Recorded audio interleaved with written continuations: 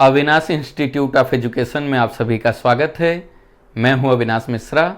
आज के इस वीडियो में हम लोग बहुव्रीहि समास के बारे में गहराई से अध्ययन करेंगे। तो आइए लेक्चर शुरू करते हैं और समझते हैं। सबसे पहले हम लोग बहुव्रीहि समास की जो परिभाषा होती है उसको समझेंगे। उसके बाद मैं आपको उदाहरण समझाऊंगा तो आप बहुत ही आसानी से इसे सीख जाओगे और समझ जाओगे। तो सबसे पहले आप इसकी परिभाषा पे ध्यान दो। वह समास जिसमें दोनों पदों में से कोई भी पद प्रधान नहीं होता तथा दोनों पद मिलकर किसी तीसरे पद की ओर संकेत करते हैं तो उसे बहुव्रीहि समास कहते हैं। तो बहुव्रीहि समास किसे कहते हैं? तो याद रखना, ये जो सामासिक शब्द होता है इसे हम लोग समस्त पद कहते हैं और इसमें दो पद होते हैं। पद का मतलब होता है शब्द। तो इसमें कितने पद होते हैं? दो शब्द होते हैं। जैसे यहां पे लिखा है मुरलीधर, तो यहां पे मुरलीधर दो अलग अलग शब्द हैं। यहां पे लिखा है लंबोदर यानी लंबा उदर। यहां पे है दशानन, इसका मतलब होगा 10 आनन। तो यहां पे दो शब्द होते हैं, उन्हीं दोनों शब्दों को हम लोग पद कहते हैं। इसमें एक होता है पूर्व पद और एक होता है उत्तर पद। जब दोनों एक साथ लिखे होते हैं तो उसे हम लोग क्या कहते हैं? समस्त पद कहते हैं। तो इसमें क्या बताया गया है कि वह समास जिसमें दोनों पदों में से, जैसे यहाँ पे मुरली और धर, तो ये दोनों पदों में से कोई भी पद प्रधान नहीं है, यानी ये दोनों पद मिलकर किसी तीसरे के बारे में बात करेंगे या तीसरे पद के बारे में संकेत करेंगे तो वहां पे क्या होगा? बहुव्रीहि समास होगा। इसमें दोनों पद में कोई भी पद जो है यानी जो शब्द है वो प्रधान नहीं होता है। आप उदाहरण देखो समझ जाओगे। जैसे लिखा है मुरलीधर, तो अगर हम इसका विग्रह करें तो क्या होगा?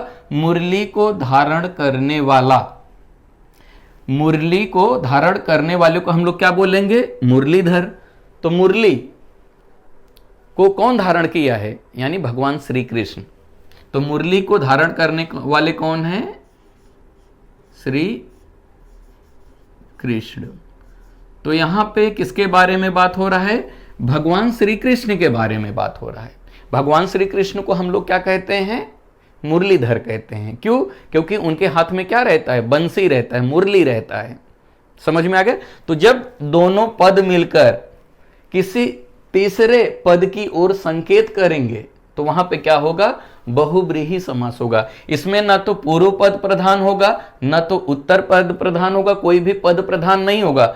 दोनों पद मिलकर किसी तीसरे पद की ओर संकेत करेंगे तो वहां पे क्या होगा? बहुव्रीहि समास होगा। दूसरा उदाहरण देखो, लंबोदर। अगर हम इसका विग्रह करें तो क्या होगा? लंबा है उदर जिसका। लंबा है उदर जिसका। उदर का मतलब क्या होता है? पेट। अब पेट किसका लंबा है? हम लोग किसको बोलते हैं लंबोदर? श्री गणेश जी को बोलते हैं। तो यहां पे किसके बारे में बात हो रही है? श्री गणेश जी के बारे में बात हो रही है। तो यहां पे क्या बताया जा रहा है कि जब दोनों पद मिलकर किसी तीसरे पद की ओर संकेत करे तो वहां पे क्या होगा? बहुव्रीहि समास होगा। यहां पे देख रहे हो लंबोदर जो शब्द है ये किसकी तरफ संकेत कर रहा है? ये श्री गणेश यानी भगवान श्री गणेश के बारे में बता रहा है। क्योंकि हम लोग गणेश भगवान को क्या कहते हैं? लंबोदर कहते हैं। क्यों कहते हैं? क्योंकि उनका जो पेट है वो लंबा है।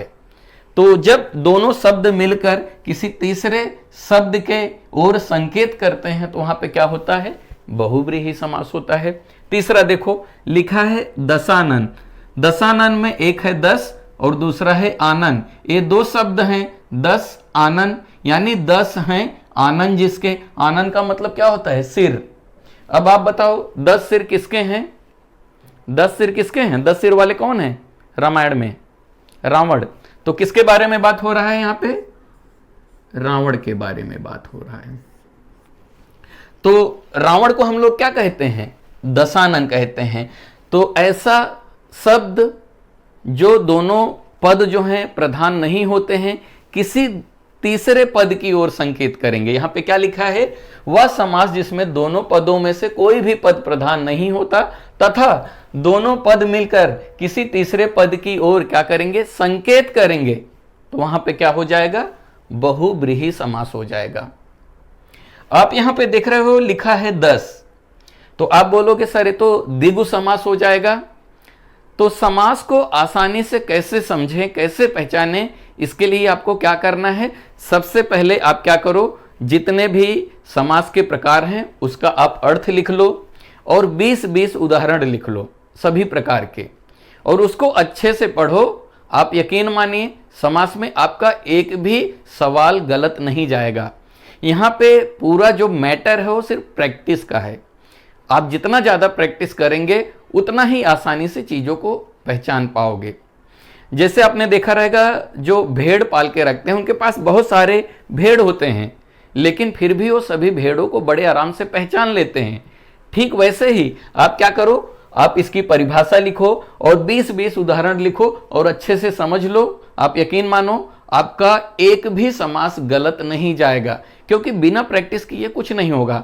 यहाँ पे मेरा खाली समझाने का मतलब यह था कि आपको अर्थ समझा दूं और उदाहरण समझा दूं, क्योंकि आपको और अच्छे से समझने के लिए बहुत सारे उदाहरण आपको देखने पड़ेंगे, तभी आप सभी समास को अच्छे से सीख पाओगे और समझ पाओगे। मैंने समास का सभी वीडियो बना दिया है, अगर आपने उससे पहले का वीडियो नहीं देखा है तो उसका लिंक आपको नीचे डिस्क्रिप्शन में मिल जाएगा, नहीं तो आप प्लेलिस्ट में जाके समास का सभी वीडियो एक साथ देख सकते हैं। वीडियो कैसा लगा कमेंट करके जरूर बताइएगा। अगर अभी तक इस चैनल को आपने सब्सक्राइब नहीं किया तो कर लीजिए। वीडियो देखने के लिए धन्यवाद।